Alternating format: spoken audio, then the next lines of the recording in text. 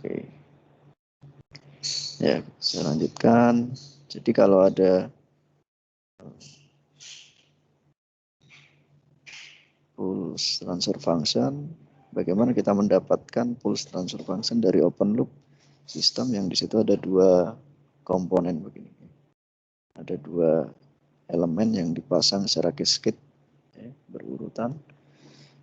Jadi di sini A star kita tulis bahwa output YS ini adalah A star G1S kali G2S. Itu adalah YS. Nah, kemudian kalau YS di sini ada sampling, berarti semuanya ini di star. Sehingga bagaimana kita dapatkannya? Ya A star, star dia jadi A star. Nah, kemudian di sini ada G1S, G2S star. Nah, ini yang diproses sebenarnya dia di sini kan karena tidak ada sampling, jadi dia dikalikan duluan. Baru di sampling star. Jadi akhirnya kalau kita cari transfer function ya, sebenarnya dia itu dikalikan dulu baru ditransformasi. Istilahnya G1 G2Z. Berarti ini adalah hasil transformasi dari G1S G2S.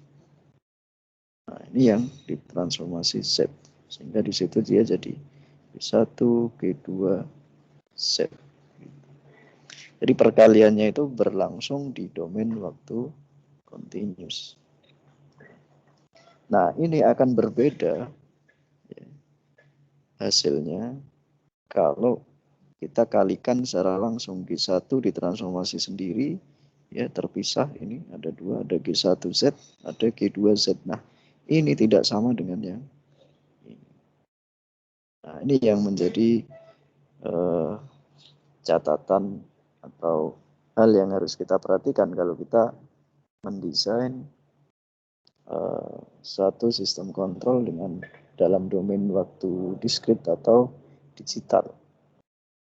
Sehingga betul-betul kita harus mengetahui letak sampling prosesnya itu ada di mana. Sehingga yang mana di sini antara dua sistem ini sinyal yang dikirimkan adalah sinyal continuous ya, di tengah-tengah ini. Nah, itu akan berbeda kalau di slide berikutnya itu nanti ya kita bahas kalau ada sampling. Jadi contohnya ini. Kalau di sini ada G1S ya. Misalnya dia itu adalah 1/S. Kemudian G2-nya adalah A per S plus A. Karena ini tadi prosesnya adalah kita kalikan duluan di dalam domain waktu continuous, jadinya kan ini A per S kali S plus A. Nah, sehingga kalau kita transformasi ke dalam domain waktu diskrit, jadinya kan seperti ini. Nah, sehingga kalau kita namanya transfer function itu adalah output per input ya, Z per Z sama dengan ini. Nah, sekarang bagaimana kalau kita di antara dua sistem itu ada samplingnya, ada sampler di sini, sehingga di sini XS-nya ya, kita dapat dari apa? XS itu adalah E dikalikan G, ya, E star G1, kemudian ini di star lagi sehingga betul-betul sendiri-sendiri. X star S itu adalah E star S G1 star S. Nah, kemudian outputnya adalah YS ya, X star G2S, sehingga ketika ini di sampling ya, Y-nya di sini, di G2-nya juga ikut tersampling. Nah, sehingga Y star itu ya betul-betul perkalian diskrit dari masing-masing elemennya input subsistem 1, subsistem 2. Nah, sehingga seperti ini. Kalau kita bahas di contoh tadi ya, kalau yang tadi contoh yang pertama sama, kita ambil G1 dan G2-nya sama. Masing-masing kita transformasikan ke Z sendiri-sendiri, ya. Baru kemudian kita kalikan di dalam domain Z. Nah, hasilnya seperti ini. Nah, sehingga sedikit ada perbedaan kalau kita lihat tadi dengan yang sebelumnya. Jika kita bandingkan tanpa sampling, ya, ada komponen ini di atas. 1 min E pangkat min AT. Tapi kalau kita lihat persamaan karakteristik dari sistemnya, ini dan ini, ya sebenarnya sama. Hanya bagian apa, zero-nya aja yang berbeda. Jadi itu yang membedakan. Jadi kalau kita lihat secara umum karakteristik sistem itu tidak banyak berubah. Bukan tidak banyak berubah, ya tidak berubah. Persamaan karakteristik kan hanya ditentukan dari denumerator yang bagian pembaginya ini. Atau penyebutnya dari pecahannya itu, transfer function. Nah, sehingga sebenarnya tidak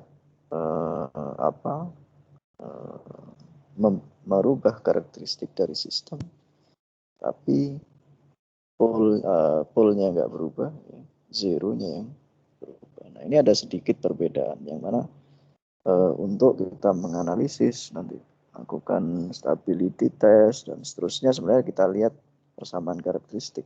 Tapi kalau kita nanti ada suatu closed loop system, nah ini bisa jadi ada pengaruh persamaan karakteristik. Nah, contoh ini kalau di closed loop system, ya, samplingnya ada di sini. Jadi yang disampling itu adalah sinyal errornya. Yang mana error itu kita dapat dari input RS dikurangi dengan YS dikalikan HS. Nah, ketika error itu ada starnya begini, sehingga YS-nya itu kita dapat star GS. Nah, kemudian E star sendiri berarti ya di situ ada sinyal RS. Kemudian HS YS itu adalah apa? YS itu adalah apa? E star GS. E star di sini ada GS. Nah, sehingga di sini G-nya dia antara G dan H, ya, dia nggak bisa, atau bukan nggak ada proses sampling. Jadi output dari sistem feedbacknya, ya, menuju feedback sistemnya ini yang feed forward dan feedbacknya itu nggak ada sampling, sehingga di sini nggak bisa kita ambil star untuk G dan H sendiri-sendiri, tapi sudah hasil perkalian di domain continuous GH star S. Sehingga nanti kalau kita mendapatkan closed loop transfer function-nya, kita ini, ya, terus kalau ditransformasikan tetap di sini adalah GH yang dikalikan terlebih dahulu.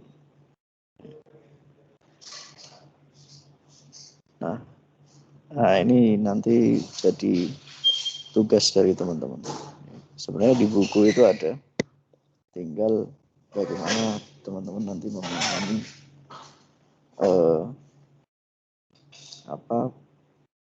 apa sih bedanya ketika ada sampling di sini tadi dan di sini. Nah, di bukunya Ogata itu sudah ada jawabannya, tinggal bagaimana kita menderive.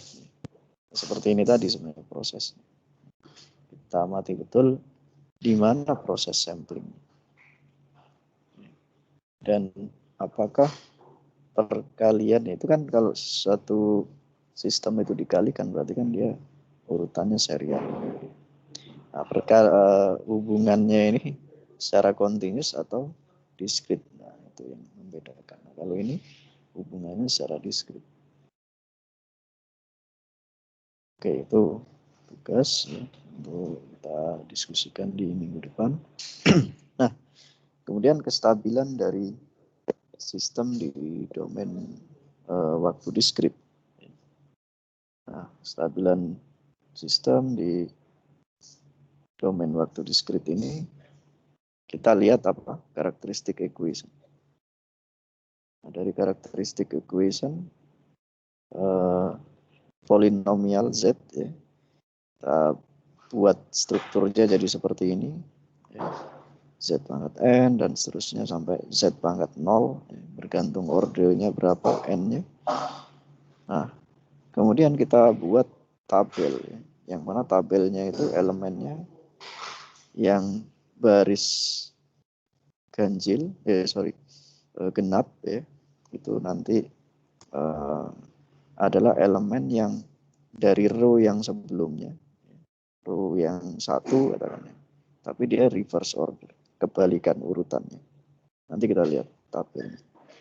Nah, kemudian elemen ganjilnya di row yang berikutnya itu adalah determinan dari ini. Kalau kita cari BK, nanti A0, AN, AN min K, K, dan seterusnya. Nah, K ini apa? K ini adalah jumlah barisnya. Kalau BK ini berarti dia baris ganjil yang pertama, dan seterusnya.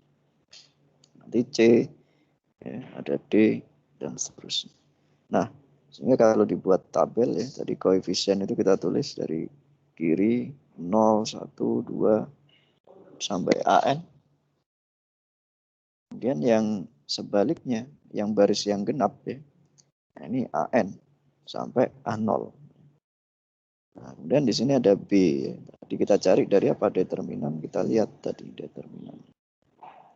A0 AN, nah berarti A0 AN itu yang mana ini? Kemudian matriks yang sebelahnya lagi itu NK AK. Nah, berarti yang istilahnya ujungnya ini.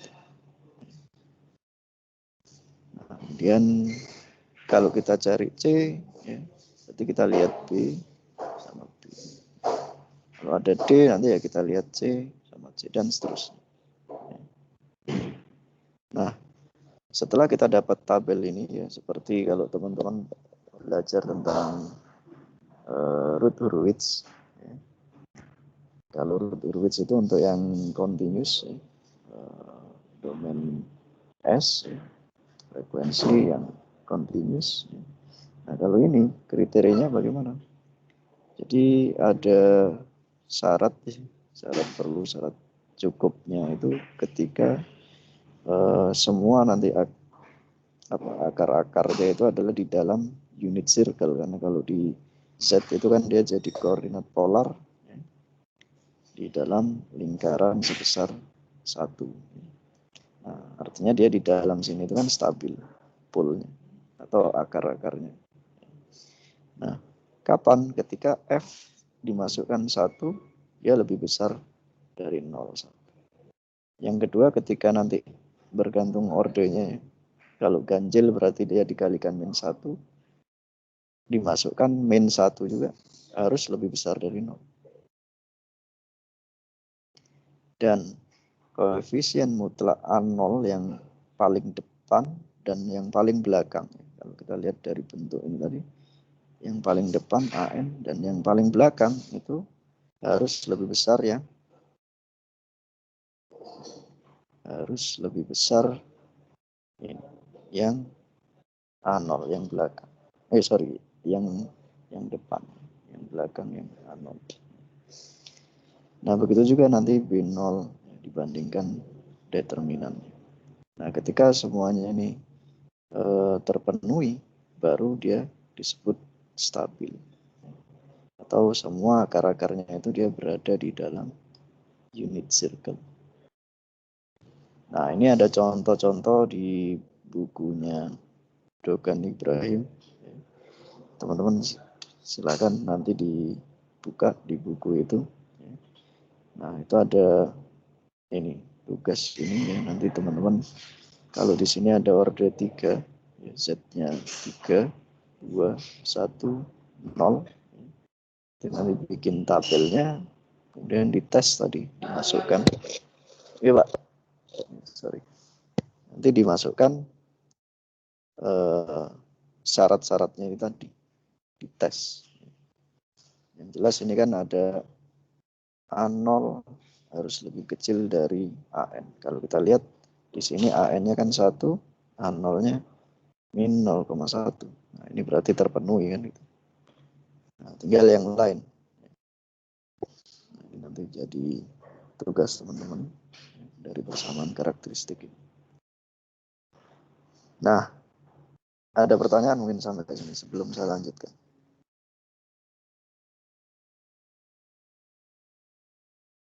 Terkait dengan pulse transfer function, kemudian ada stability test.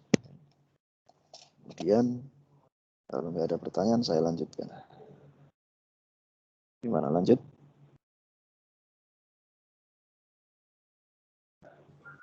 Lanjut dulu ya Pak. Oke. Ya. Jadi yang sekarang ini hubungan time response karakteristik. Ini kita mengingat kembali di yang domain continuous. Karakteristik di waktu continuous itu kan kita tahu ada apa aja itu, ada namanya maksimum peak ya. Peaknya ini kalau second order yang under damped ya. Ini berapa overshoot ya istilahnya. Kemudian itu kita bisa cari dari mana ya, kita pakai turunan pertama kemudian kita cek yang puncak yang pertama ini, itu ketemunya kan ini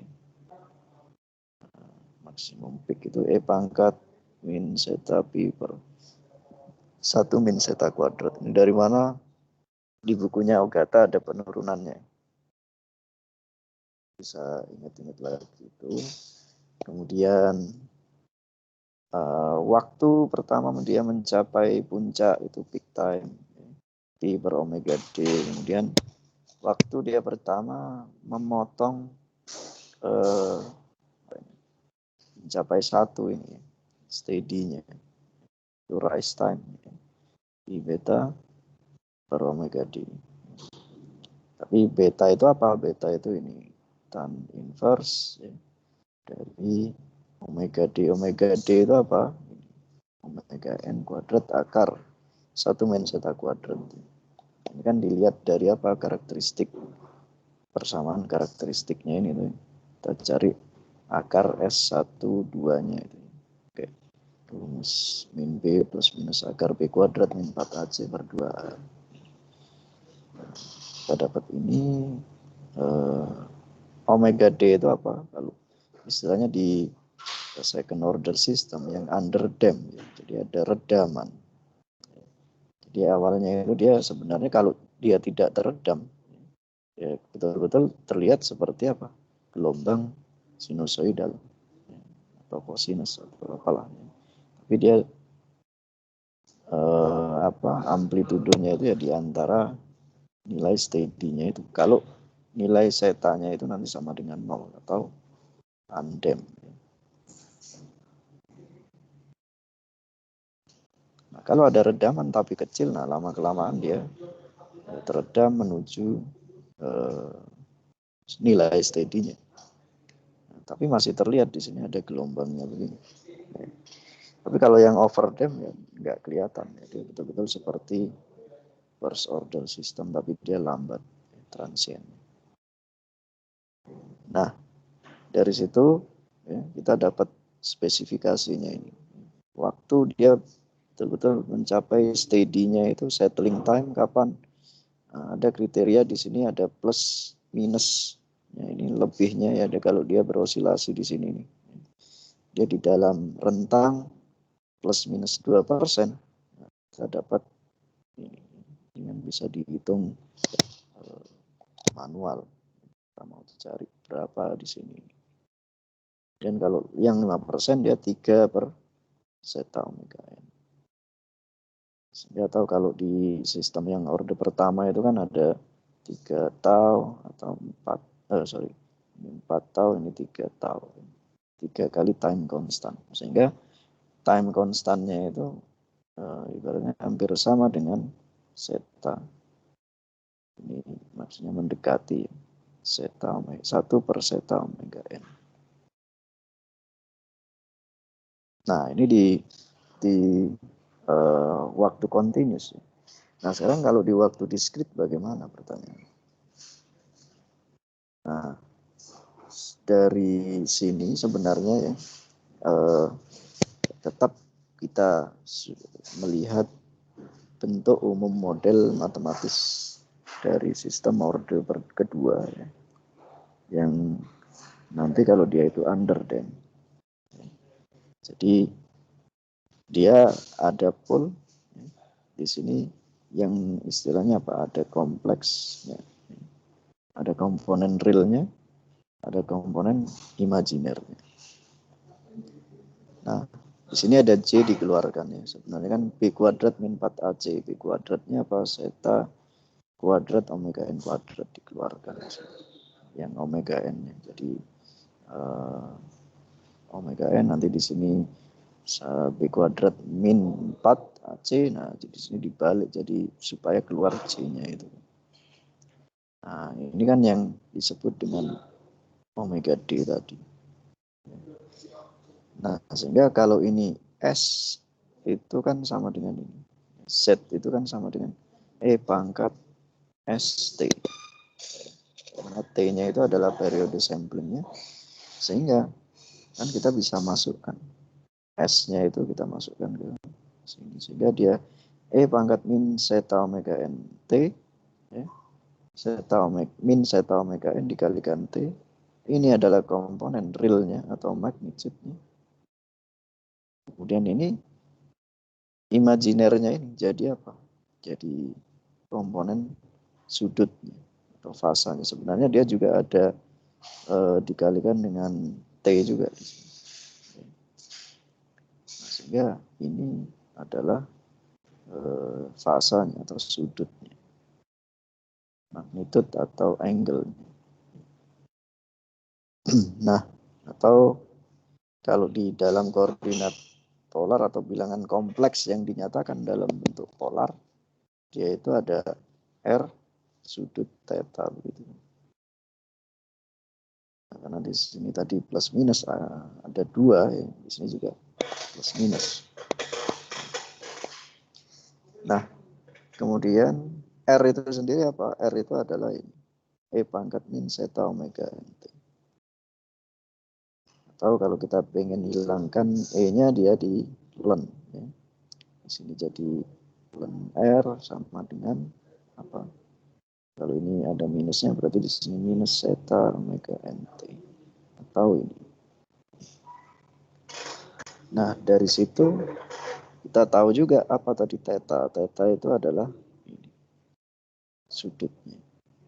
Nah, sehingga kalau kita pengen cari tahu berapa nilai zeta, ya kita cari dari 2 persamaan ini. Jadi minus ln R, kemudian di sini ada omega nt akar 1 min zeta kuadrat.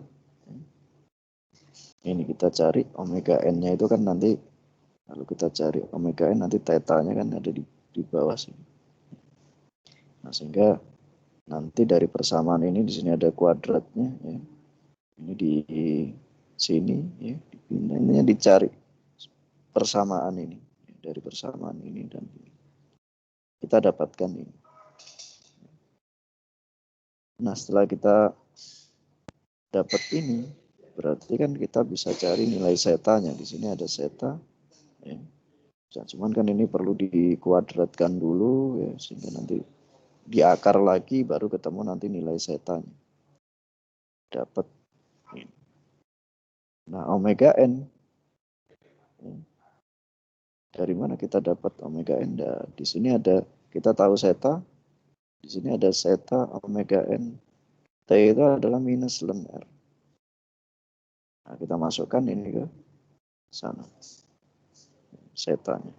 Nah, nanti kita akan dapat nilai omega n. Nah, sehingga dari spesifikasi domain waktu atau respon sistem di domain waktu itu, kita bisa cari tahu zeta dan omega n itu dari sistem yang diskrit juga. Dengan apa? Dengan kita tahu magnitude dan sudutnya dari apa? Dari suatu persamaan karakteristik. Nah, nanti kalau di Z, ya, bagaimana ya? Kita juga cari juga berapa magnitude, berapa sudutnya. Nah, sehingga di buku itu ada contoh. Nanti saya tunjukkan. Nah, cuman ini nanti untuk yang tugas ini di halaman 183 ini. Nah, ini ada 4 ini yang kita perlu cari berapa nilai zeta dan berapa nilai omega n. Damping ratio itu zeta, undamped natural frequency itu adalah omega n. Ya, sebenarnya tinggal masukkan aja kan.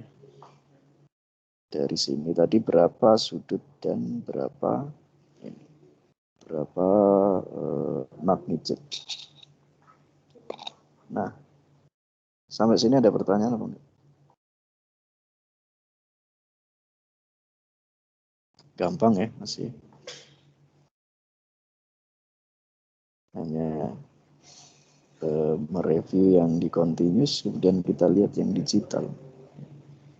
Nah, di buku sini, di bukunya Dogan Ibrahim. Nah, di ini tadi ya, sistem stability sebenarnya saya ambil dari sini juga tadi. Tinggal teman-teman nanti cek betul contoh-contohnya dan latihan. Karena kalau nggak nyoba itu ya kita nggak sulit memahaminya. Halaman 100 berapa?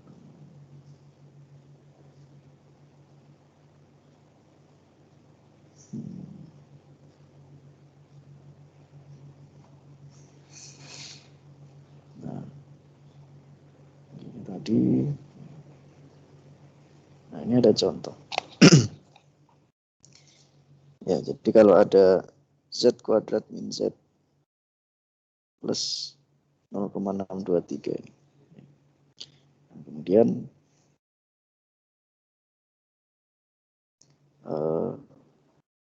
kita cari apa? Akar-akarnya. Dari akar-akarnya kita bisa pakai rumus ABC itu S12 sama dengan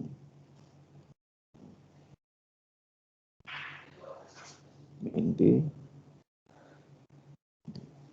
plus minus akar B kuadrat min 4AC per 2. Nah, kita masukkan. Nanti kan karena B-nya di sini, nah, nanti B kuadrat min 4AC-nya itu ketemunya negatif, sehingga di sini ada C. 0,618 ya, min ini dan plus ini.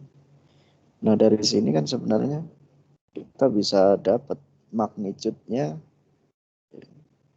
realnya kan 0,5. Nah, yang bagian imajinernya kan J theta-nya itu. J theta-nya berapa theta-nya ini.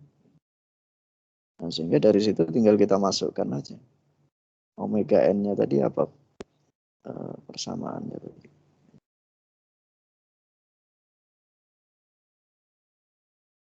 Nah, dari sini tadi.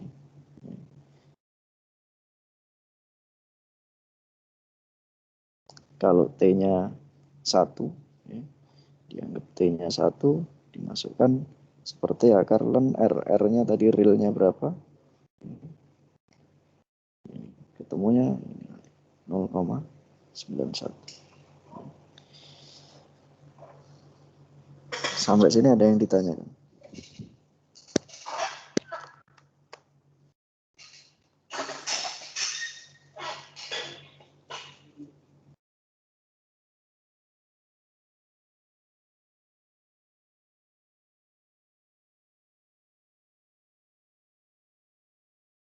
Nggak ada ya. Oke, gampang nih. Berarti teman-teman udah semoga bisa memahami ya.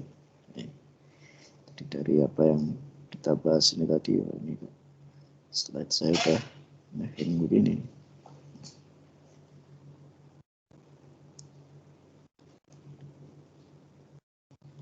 Mungkin ada yang ditanyakan? Monggo.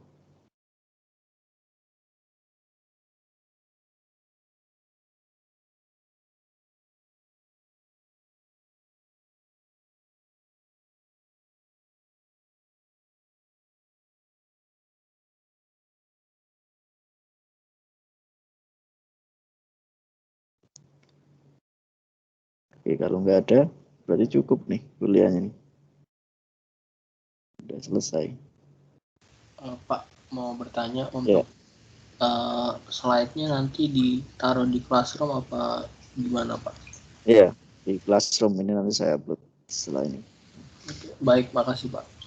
Ya, dan kemarin di classroom itu juga saya udah masukkan ini, mungkin kalau teman-teman ngecek di atas sendiri itu apa, di outline itu saya masukkan folder untuk buku ya. Dan ada yang udah ngecek, teman-teman bisa buka dari situ nanti slide-nya ini. Ya, ini tadi oret-oretan saya hilang ya. Ini tadi ngeheng, apalah. Jadi di classroom bisa buka ya dari sini.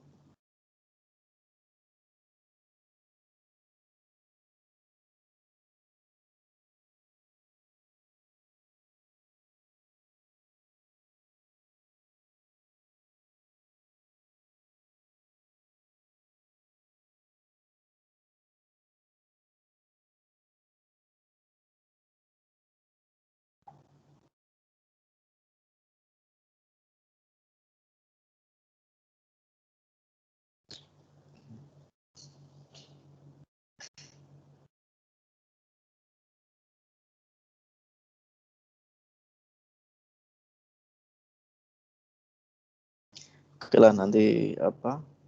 Oh, ini udah loading. Yang di kuliah digital. Nah, ini dia. Ada buku referensi ini tadi saya upload, dan nanti ada yang kemarin di sini, dan yang keempat nanti saya upload juga di situ. Oke, ada lagi yang ditanyakan, teman-teman?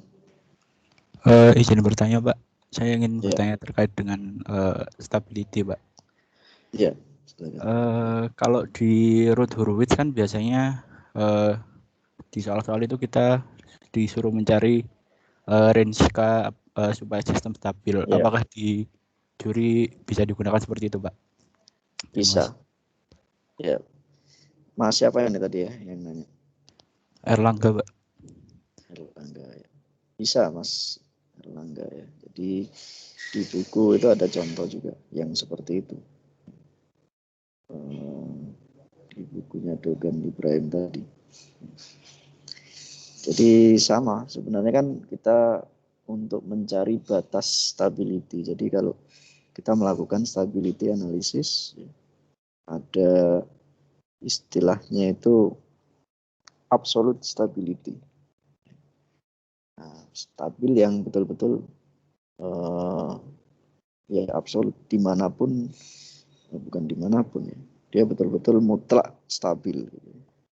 Itu salah satunya dengan mencari Ruth Hurwitz itu kita bisa tahu batasannya, dia absolut stabilnya itu sampai di mana kan. Sama di sini pun juga begitu. Kan tadi di syaratnya itu harus dia ada yang lebih besar, lebih kecil gitu. Nah, dari situ kita bisa tahu.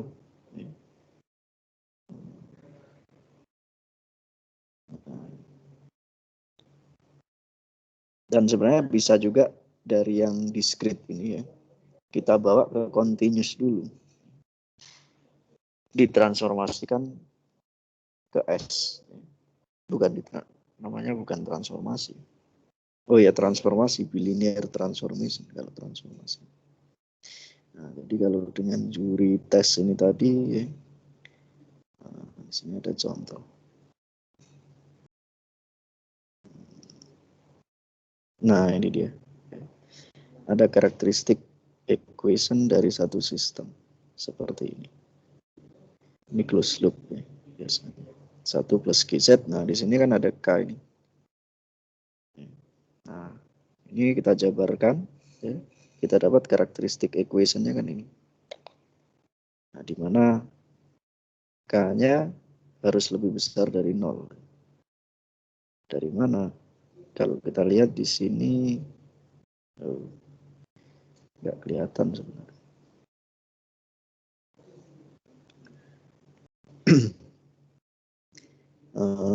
Ini harus ada nilai positif. Kalau negatif, ini dia di sini 1. Ini kan ini harus lebih kecil nanti, sama dicek. Itu nanti kita dapat dia harus lebih besar dari 0. Nah, ini dia. 0,5K kurang dari 1. Kemudian dimasukkan F1 ke sini, dia harus lebih besar dari 0. Min 1, dia harus, karena ini ordernya genap, berarti dia lebih besar dari 0, dimasukkan 1 pangkat N-nya, 1 positif ya. Jadi F-1 tetap. Nah, sehingga dari situ nanti dicari kan irisannya di mana. Sama dengan root itu. Ya. Gitu. Siapa tadi, Mas Erlangga? Baik, terima kasih Pak. Ya. Nah, kemudian di bawah, nah ini juga ada root Hurwitz juga kita bisa gunakan, tapi ada syarat apa? Kita lakukan transformasi dulu. Namanya bilinear transformation. Bilinear transformation itu, ya, maksudnya apa? B itu kan 2. Ya. Linear ya transformasi sama-sama dari satu sistem yang linear. Sebenarnya tidak berubah domain ya. Kalau kita ngomong domain, sama-sama di domain frekuensi. S itu frekuensi, Z juga mengandung frekuensi.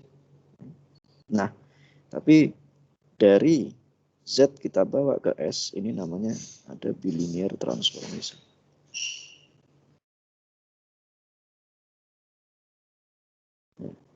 Nah, dengan apa caranya kita substitusikan ini? Z-nya kita ganti 1 plus W atau 1 minus W. Nah, ini nanti W ini identik dengan S ya. W-nya itu. Walaupun kita nggak bisa sebut dia itu di domain S. Tapi di domain apa ya? Karena di sini dipengaruhi dengan sampling time dan kawan-kawan. Kita abaikan itu sebenarnya. Kita hanya melihat kalau di apa root Hurwitz itu kan kita hanya melihat perubahan ini kan, perubahan nilai tanda positif negatif dari atas ke bawah. Berapa kali dia ada perubahan tanda, dia berarti di situ ada sejumlah pol yang berada di sebelah kanan. Nah, sama dari sini ya, kalau sudah dapat W nanti berapapun ordernya, ya, kita tuliskan sama. N, N-1, N-2, 3 dan seterusnya sampai habis ya, sampai B0. Dan cari C ya sama dengan yang sama persis yang menurut Hurwitz ya. Nah, sehingga ada contoh ini.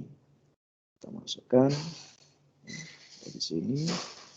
Kemudian nanti dari situ kita juga cari karakteristik equation-nya ini. 7 mana 7 dihitung. Ini. Ketika tidak ada perubahan tanda, the system is stable. Nah, ada istilahnya relative stability. Tadi ada absolute, ada relatif. Relatif itu terhadap apa? Terhadap nilai K kalau di sini. Jadi di stabil yang bergantung pada nilai K. K-nya di mana nih?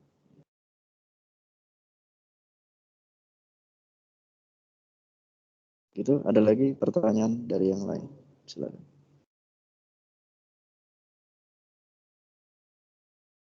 Stability. Atau yang lain, silakan. Mau bahas apapun.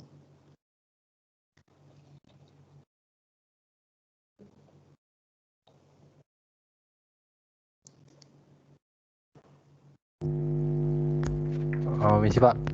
Ya, silakan. Tadi sebelumnya maksudnya relatif stability, stability-nya relatif terhadap K itu maksudnya gimana? Ya, ini tadi ya. Jadi kalau di contoh soal tadi kan ada ini. Nilai K itu kan kita belum ketahui ya. Jadi bisa jadi ini. Contoh closed loop system, di sini kan ada K per S kali S plus 1. Nah, nilai K ini kan kita nggak tahu. Nah, ini kan yang kita cari. Jadi sistem itu akan stabil di mana? Dengan kita menentukan batas atau rentang dari nilai K itu tadi. Jadi stabilnya itu relatif. Relatif itu maksudnya apa? Ya bergantung terhadap nilai. Nilai K ini kan ibaratnya gain dari sistem. Kita bisa tentukan biasanya kan untuk kepentingan desain. Kita mendesain suatu plan, bukan plan ya, satu sistem lah. Dan di situ ada gain dari sistemnya berapa. Nah, biasanya kalau ini ada hubungannya dengan rangkaian elektronik, gain itu bisa jadi amplifier. Nah, di situ amplifiernya harus seberapa sih di sini supaya sistem itu stabil, bergantung terhadap nilai K ini tadi. Ya. Begitu. Ini barusan yang nanya siapa? Hari Pak. Hari Wijaya. Hari Wijaya. Ya. Ya gitu Mas Hari ya. Bisa Masih Pak. Rame. Jadi ya itu tadi. Dia akan stabil asalkan kan gitu masih ada syarat. Syaratnya apa ya, nilai K-nya itu tadi. Tapi kalau yang absolute stability kita sudah betul-betul tahu kan nilainya, angkanya, parameternya sudah jelas semua. Ya sudah pasti dia stabil di situ. Antara stabil atau tidak stabil kalau kita pakai Rutherford atau juri sama aja. Ya, karena kita sudah tahu semua nih angka-angkanya ini. Nggak ada yang kita belum ketahui kalau gain dari sistem tadi. Nah, itu kan kita belum tahu. Oke, gitu ya. Ada pertanyaan lain?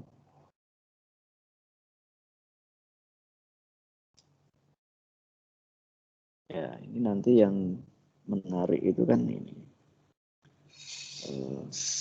Kita ngomong tadi yang spesifikasi dari sistem. Kalau di domain continuous kan kita bisa desain controller ya.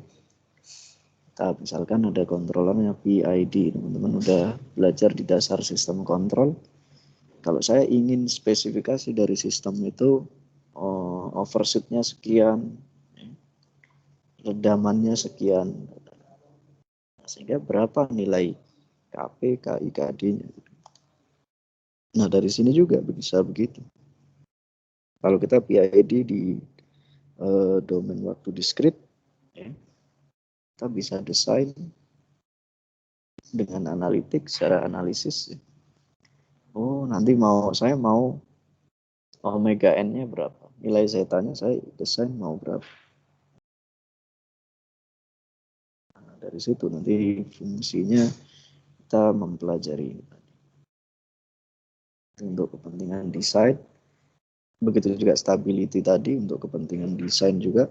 Kira-kira rentang kalau misalnya controller P saja kan berarti hanya ada KP. Sama ibaratnya tadi hanya ada gain K kalau di sini.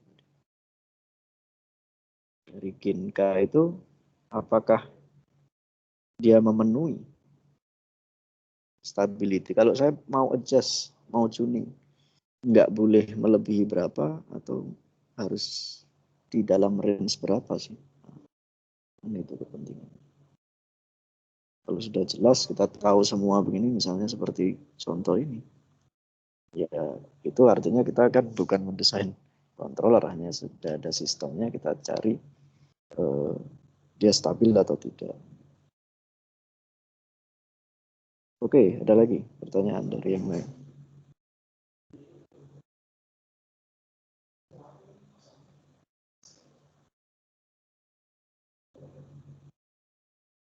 Gak ada?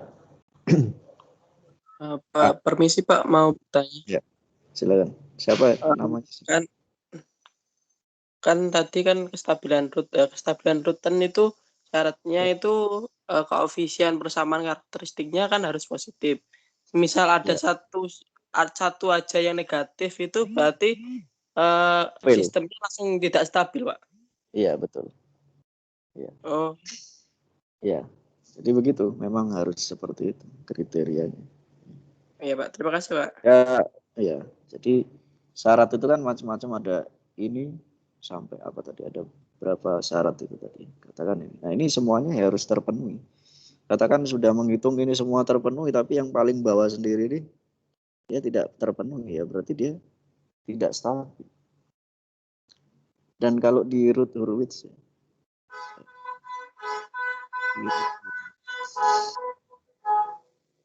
itu ada perubahan tanda begini.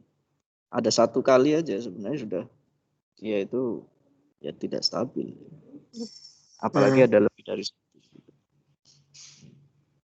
Jadi kalau positif ya positif semua, negatif ya negatif semua. Ya, itu ya. Iya Pak. Terus Pak, jumlah polnya yang tidak stabil itu sesuai dengan pergantian perubahan tandanya? Iya. Jadi kan gini, kalau misalnya ya kita dapat, katakan di situ ada kolom pertama aja kan yang dilihat ya, first kolom ini aja. Nah, dari first kolom itu kita misalnya saya dapat nanti ya, misal ya ini 1, kemudian ada 0,5, kemudian ada minus 0,3, kemudian dia jadi positif lagi. Setelah itu 0,1. Nah, ini kan ada 1, 2, 3, 4 ya. Dari 3 ke 4 ini kan ada perubahan tanda. Dari awalnya positif, dia jadi negatif. Nah, berarti di sini ada 1 pol yang nilainya positif. Kemudian ada perubahan tanda lagi kan ke bawahnya ini. Berarti di sini juga ada 1 pol lagi. Berarti total kan ada 2. Jadi kalau digambar itu nanti ya kamu ada 2 yang di daerah sebelah kanan ini. Ya entah ini di mana ya, kita nggak bisa tahu kalau dengan Hurwitz ya, harus kita betul-betul cari root locusnya. Nah, tapi setidaknya kita tahu ada 2 yang menyebabkan dia unstable, walaupun di semuanya yang lain-lainnya ada di sini, ada 10 katakan di sini. Ini apa sih? Kenapa kok hanya salah satu aja ada di sebelah kanan dia unstable? Ini apa? Sebenarnya kan ini bidang apa S itu ya. Jadi kalau ada salah satu aja yang dia itu positif, kan dia karakteristik equation itu kan ini, katakan ada 1 per S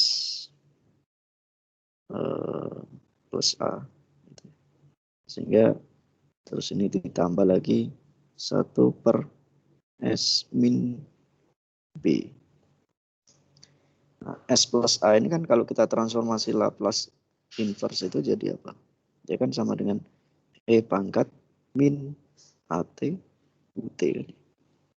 Nah, tapi kalau ini S min B, dia kan jadi E pangkat B T. Ya, T. Nah, E pangkat positif ini kan dia yang menyebabkan apa? Kalau kita gambar kan dia unstable, dia menuju berhingga begini kan. Ya. Jadi berapapun yang di sebelah kiri sini, ya, ketika ada 1 aja di sini, ya udah pasti ada ini kan. Ya. Gitu ya. Ya, Clear? baik Pak. Terima kasih Pak. Tuh ya, di Ruth Hurwitz. Oke, ada lagi yang lain. Ini tadi yang nanya siapa? Sorry, saya lupa namanya tadi. Barusan yang nanya. Saya barusan. Tatak Pak. Aku Tatak ya. Ya. Tatak. Mana? Madiun ya aslinya. Madiun Pak. Ya, gitu. Terus ada lagi yang lain. Saya Pak. Ya, silakan. Siapa ini? Tadi Rian. Rian. Tadi kalau misalkan dia kan ada yang disampel 2 kali ya, yang di depan sama yang di belakang, di input sama di output. Kalau misalkan waktu sampelnya beda tuh gimana Pak? Ya, good question.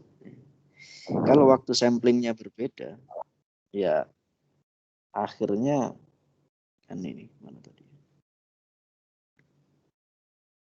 Nah, ini catatannya kan ini kelihatan nggak ini tulisan kecil banget. Ya, jadi sebenarnya kan sampling itu kan prosesnya kan dari continuous begini. Dia jadi ya hanya ada di waktu tertentu saja dengan jaraknya ini kan sebesar periode samplingnya T. Apa yang terjadi kalau berbeda? Sebenarnya ya, kalau kita ngomong di real system yang terjadi itu katakan kayak gini, teman-teman, ibaratnya kan sinyal itu kita menerima misalnya apa lagi nonton YouTube gitu ya.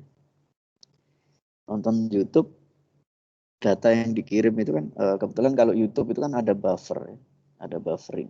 Jadi ketika kecepatan transfernya itu bisa cepat, ya, ibaratnya itu kan ya, kita bisa menyampling banyak. Gitu.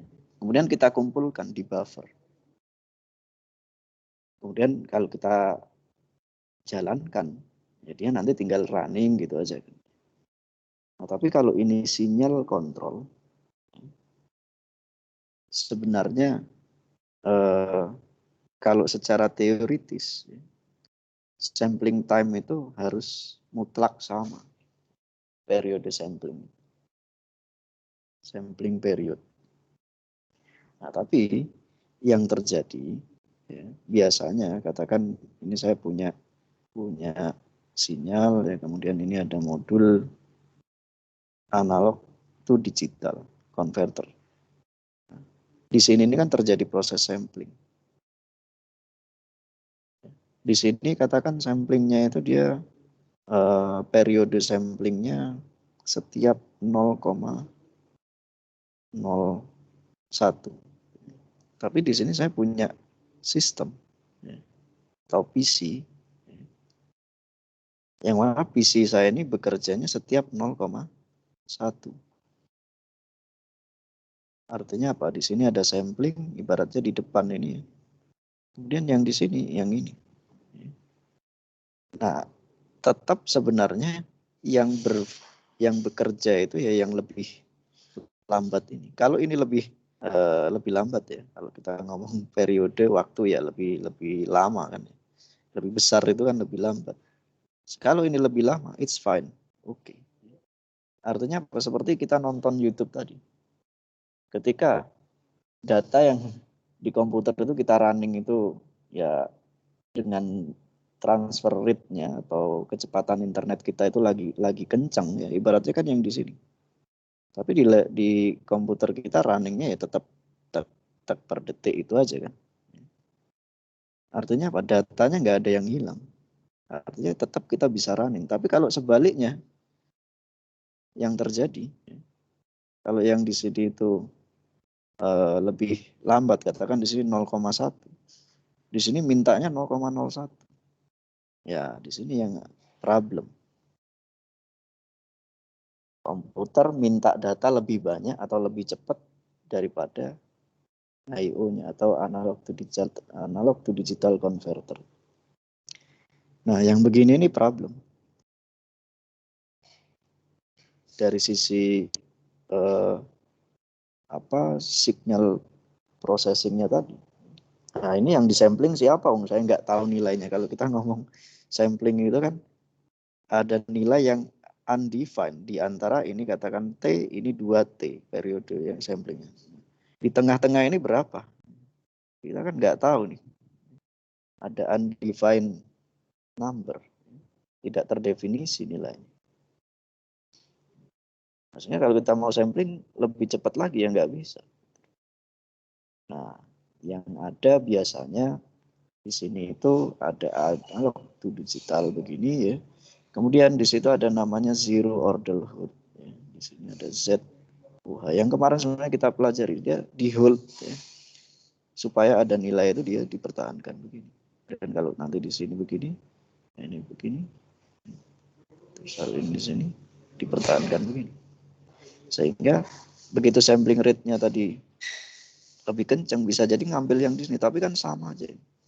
Tidak ada perubahan. Ibaratnya kalau kita nonton YouTube tadi ya macet dong. Lag ya. Nah, sama di control system itu speed dari processingnya atau controller yang ada di PC itu katakan ya, digitalnya. Kalau dia lebih lambat, it's okay. Tapi kalau lebih kencang, nah ini yang problem. Begitu. Itu kita kalau ngomong aplikasi. Tapi secara teoritis, namanya T itu ya selalu sama. Kalau nggak sama ya nggak bisa diproses. Artinya secara matematis, analisisnya jadi ya gimana kita ngomong satu sistem itu kan satu periode sampling. T itu selalu satu nilai di setiap domain Z.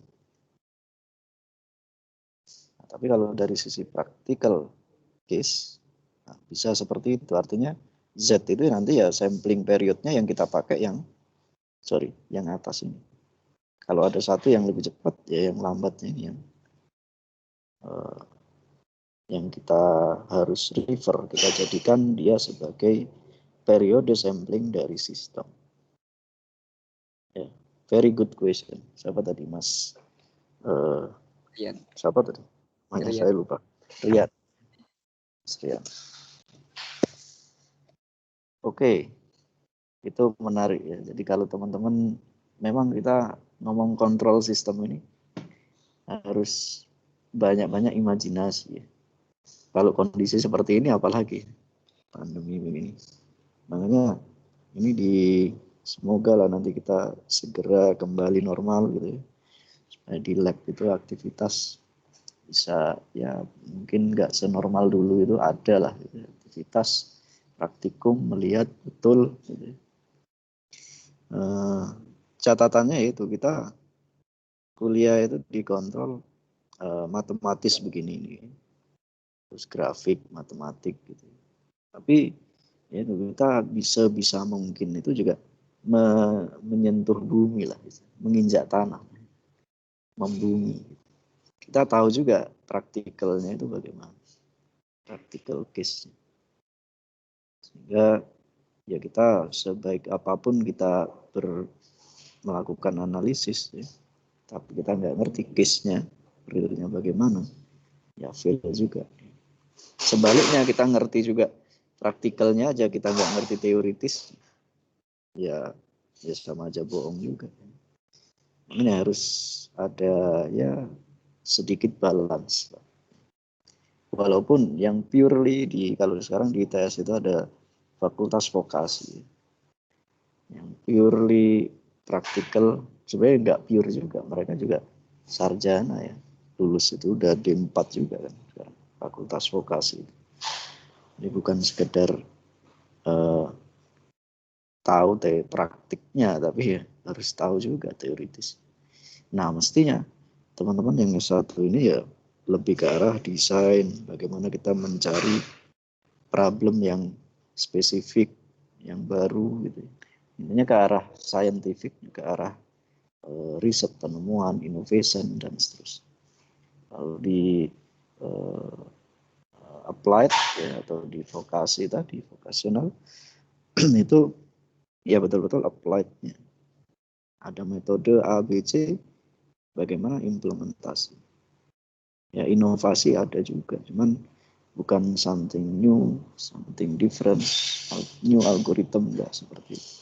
Tapi kalau kita kontrol di sini S1, ya harapannya ke sana. Tapi itu kan untuk ini ya, kalau untuk S1 itu biasanya hanya latihan saja, latihan problem solving. Ada masalah di tugas akhir itu ya, bagaimana kita solve dengan metode kita yang kita usulkan. Bisa jadi metodenya itu sudah ada tapi belum banyak dipelajari sama orang. Atau metode yang sudah banyak, sudah umum tapi ada modifikasi sedikit. Itu udah oke banget kalau untuk tugas akhir. Oke, ada lagi pertanyaan? Ya, memang untuk di digital ini ya nanti kan ada praktikumnya. Saya nggak ngerti. Yang semester ini saya belum mengikuti. Ya. Tapi karena saya baru saja ya, masih mau aktif lagi nih. Sedang mengurus dokumen-dokumen. Sebelumnya saya riset di Singapura itu. Saya nggak ngikuti yang terakhir praktikum bagaimana. Nah kalau dulu ada semacam ini nih ya kita bahas ya. Bagaimana kita memodelkan sistem dalam bentuk Z itu bagaimana dari data real dari peralatan. Kita dapatkan transfer function dalam domain Z, kita desain controller, kita analisis praktikumnya. Jadi sampling time di mana itu kita betul-betul tahu. Oke, itu ya. Ada lagi yang lain?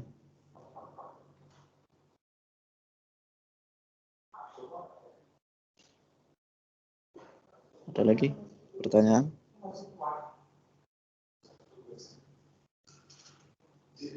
Cukup?